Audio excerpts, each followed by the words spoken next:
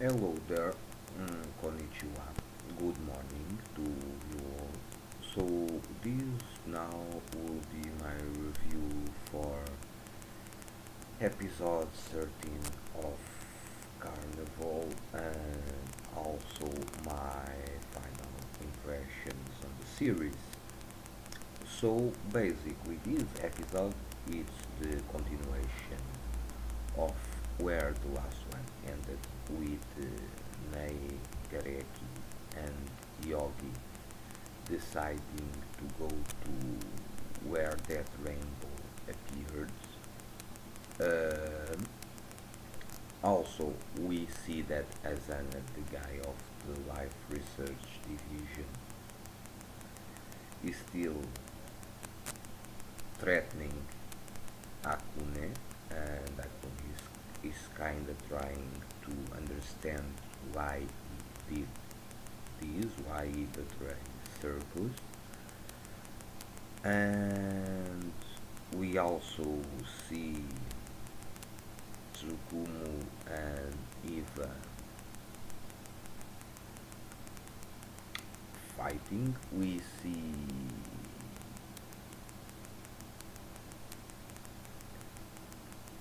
Jiki accompanying Nai to that rainbow, and we see the captain of the first ship fighting, and well, basically this is the climax of the story where the final fight ended.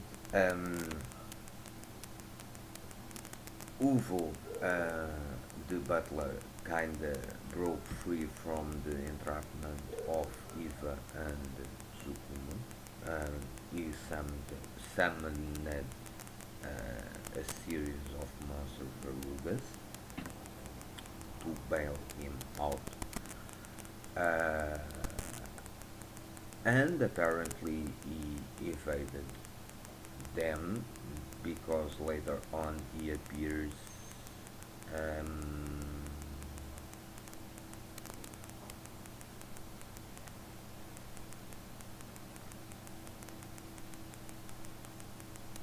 in the place where Yogi and Gareki are. Um, and then all of them eventually fight, and apparently they will vanquish. Then we see that Gareki was also able to join with Nei, and both of them did enter that strange green light, and basically they go to kinda a plains where is Karoko, and Nei is very happy because he found Karoko and he starts talking to Karoko, but Gareki kinda sees the body of Karoko lying on the ground in a pool of blood with several wounds or serious wounds, and then Gareki kinda is able to move because he was kinda paralyzed, and eventually he shoot down Karoko and or the second Karoko, because apparently Karoko, from what I understand, he kinda switched bodies in a way, or this second Karoko is not exactly the same as the first one. So I guess some medical experiment and so on was conducted, uh, probably with some Varuga DNA techniques eventually. Uh, but eventually this second Karoko lives, and Nei and Gareki kind of then and save the original Karoko, and we see that at the end of the episode he is at a hospital with Akune and Tsukumo and Nei. They are all kind of watching over him, And right after the credits, we see that Karoko did wake up. Um, then we see that Hirato is it, it was the one that kind of stopped the Zana and forced him to flee, but they still, at the end of the episode, they were not able to found him.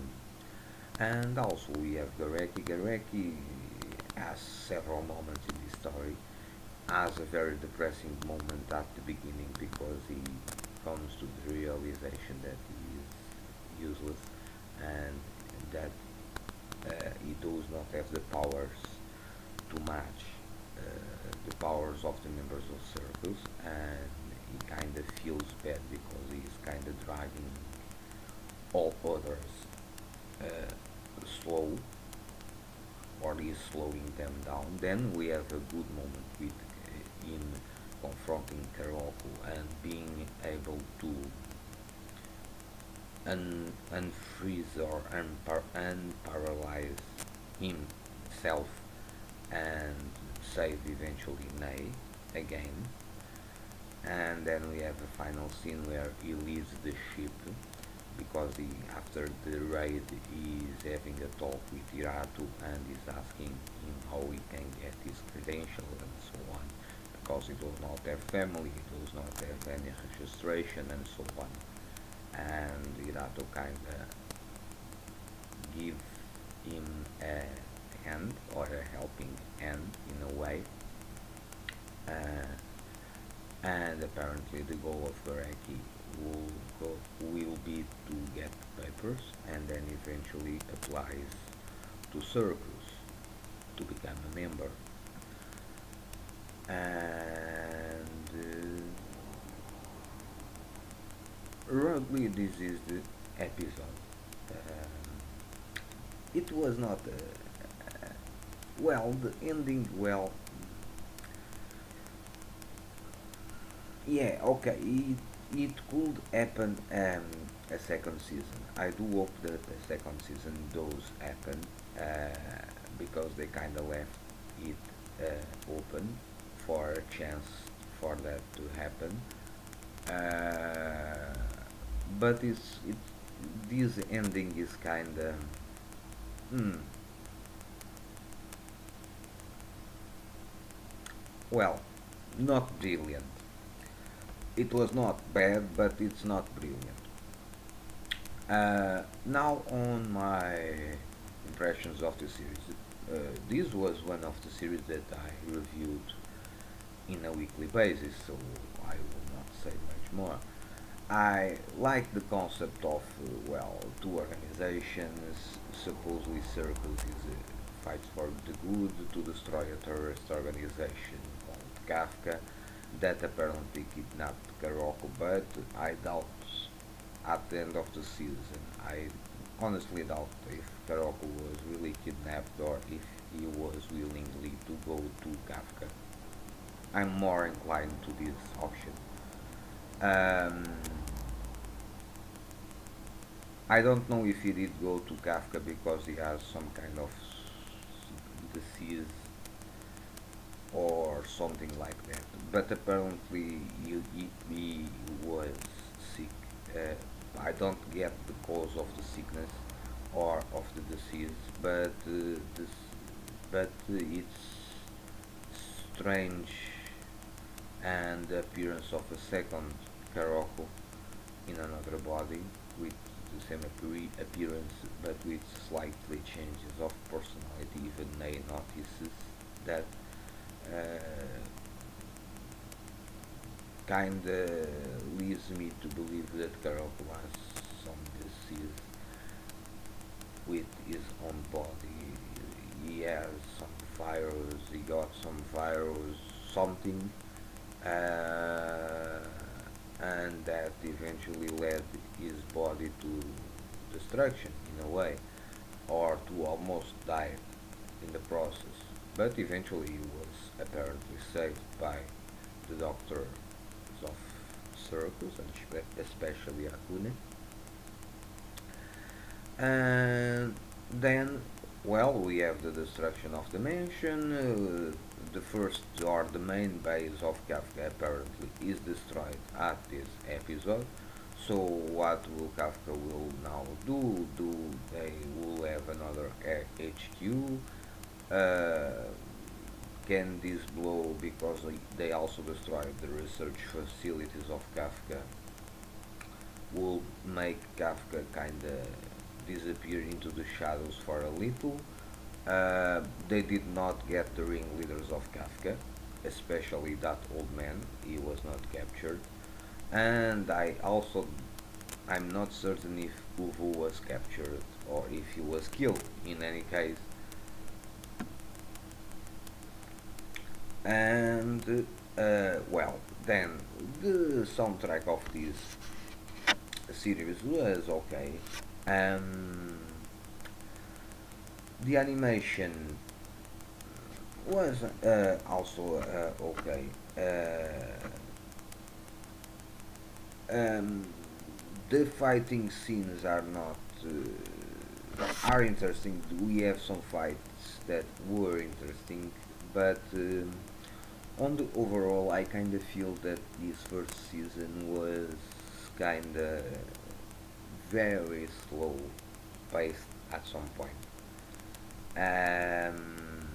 and kind of lose the first uh, rhythm that it was inputted on the series at the first episode.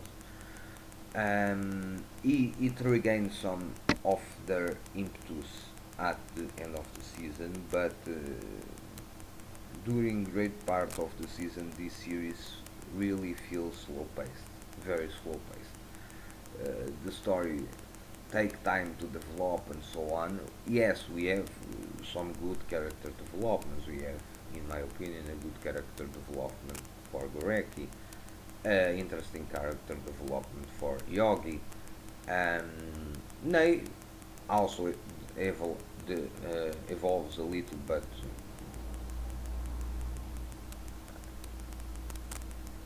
it pales in comparison to Gareki and Yogi.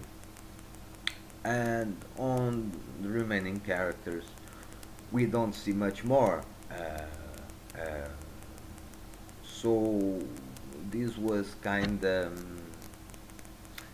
I will not say disappointing, but I was kind of expecting more uh, because the beginning of the series did have some impact, but then it kind of loses it a little, uh, then regains it again at the end. But during these middle term, these middle episodes, they could have make a more balanced character development and not only focus on Gareki or on Yogi and eventually Name, but especially Gareki and Yogi. I do not dislike it, but I will also would like to learn more about the other characters that appear in the series. What are their backstories? What was the reasons to join circles and so on? And we don't see really much of that. Um, so, if I'm going to rate this series from 1 to 10, I will rate this series a 5.5. Um, it was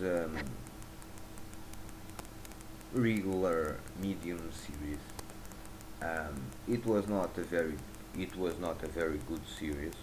Um, it was not a bad series. It's in the middle.